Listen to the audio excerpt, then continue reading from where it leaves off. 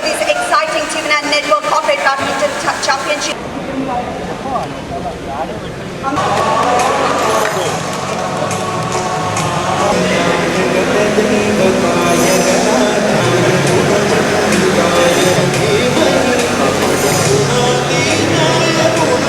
Let's wish them all the best.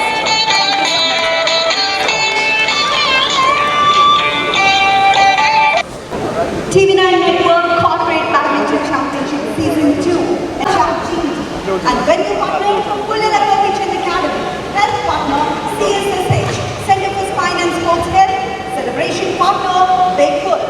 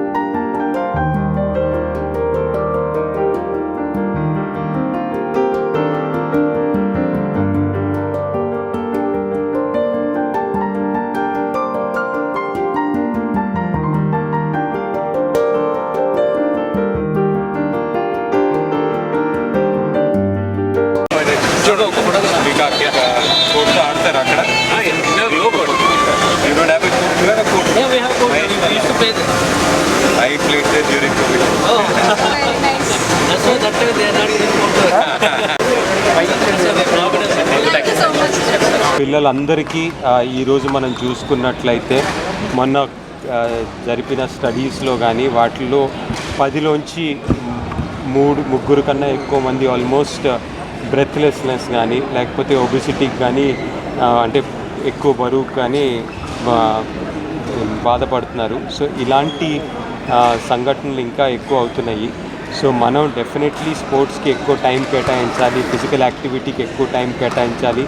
And దీనికి మనం definitely స్కూల్స్లో కానివ్వండి, ఇంటికి వచ్చిన తర్వాత టైం కానివ్వండి, లేకపోతే ఇలాంటి కార్పొరేట్ టోర్నమెంట్స్ కానీ లేకపోతే స్కూల్ టోర్నమెంట్స్ కానీ అన్ని విధాలుగా పిల్లల్ని పెద్దవాళ్ళని స్పోర్ట్ కానీ ఫిజికల్ యాక్టివిటీకి కానీ ఎంకరేజ్ చేసుకోవాల్సిన అవసరం మనకుంది. పార్కులు కానివ్వండి, రన్నింగ్ కానీ, సైక్లింగ్ కానీ, చిన్న చిన్న ట్రెక్కింగ్ కానీ ఇలాంటివి అన్నీ కూడా మనం ఏదైతే ఫిజికల్ యాక్టివిటీ ఉందో డాన్స్, మ్యూజిక్ కానీ ఇలాంటివి కూడా మనం యాడ్ చేసుకొని వీటన్నిటినీ మనం ఎంకరేజ్ చేసుకోవాల్సిన అవసరం మన సమాజానికి ఎంతకైనా ఉందని నేను భావిస్తున్నాను. మనకి ఈరోజు ఇలాంటి ఈవెంట్ ఇక్కడ జరుపుకోవటం చాలా సంతోషం. దీనివల్ల కార్పొరేట్స్ చాలామంది వచ్చి పార్టిసిపేట్ చేయటం, వాళ్ళకి వివిధ స్ట్రెస్సెస్ ఉంటాయి, వాటన్నిటి నుంచి కూడా ఒక ఉపశమనం తేటానికి ఇది సాధ్యం అవుతుంది. ఇలాంటి ఈవెంట్స్ ఇంకా చేసుకోవాలి, ఎక్కువ మంది కార్పొరేట్స్ పార్టిసిపేట్ చేయాలని నేను భావిస్తున్నాను. అలాగే మనకి ఈరోజు ఎడ్యుకేషన్ సంస్థల్లో కానివ్వండి లేకపోతే మనకి ఎగ్జామినేషన్ విధానంలో కానీ మనకి ఆటల ప్రాముఖ్యత తగ్గుతూ వస్తుంది.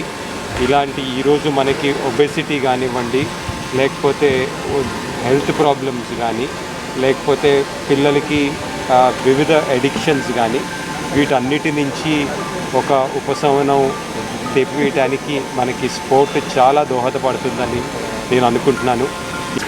క్రీడ అనేది ప్రతి ఒక్కరికి ఇది ఒకటి చిన్నపిల్లలకే కాదు పెద్దవాళ్ళకి కూడా అవసరం. అండ్ డెఫినెట్లీ ఇది హెల్త్ కానీ మెంటల్ హెల్త్ కానీ ఫిజికల్ హెల్త్ కానీ ప్రతి దీంట్లో ఇది హెల్ప్ అవుతుందని నేను భావిస్తున్నాను. నేటి విద్యా వ్యవస్థలో చాలామంది పుస్తకాల పైన పడిపోతున్నారు. తల్లిదండ్రులు, గురువులు, మిత్రులందరూ కూడా కలిసి క్రీడల పట్ల ప్రోత్సాహం పెడితే మనకు సమాజంలో ఉన్నటువంటి రుగ్మతలు ఏదైతే ముఖ్యంగా మనకు డ్రగ్స్ వీటి వల్ల జరిగే దుష్ఫలితాలని మనం చూస్తున్నామో, సెల్ ఫోన్ అతిగా వాడడం, సైబర్ క్రైమ్స్లో ఇన్వాల్వ్ కావడం, ఇటువంటివన్నీ కూడా అలాగే సెల్ ఫోన్ డ్రైవ్ చేస్తూ రోడ్డు ప్రమాదాల బారిన పడడం, విలువైన ప్రాణాలు పోగొట్టుకోవడం. నిన్న ఈరోజు వరుసగా కాలేజీ పిల్లలు చనిపోయారు. ర్యాష్ డ్రైవింగ్ చేస్తూ డివైడర్ కొట్టుకొని అతి వేగంతో చనిపోవడం జరిగింది. అలా చనిపోయిన ప్రతి చిన్న పిల్లలు బాగా దేశానికి ఆస్తులు వాళ్ళు. అటువంటి వాళ్ళు ప్రాణాలు కోల్పోవడం చాలా బాధ వేస్తుంది.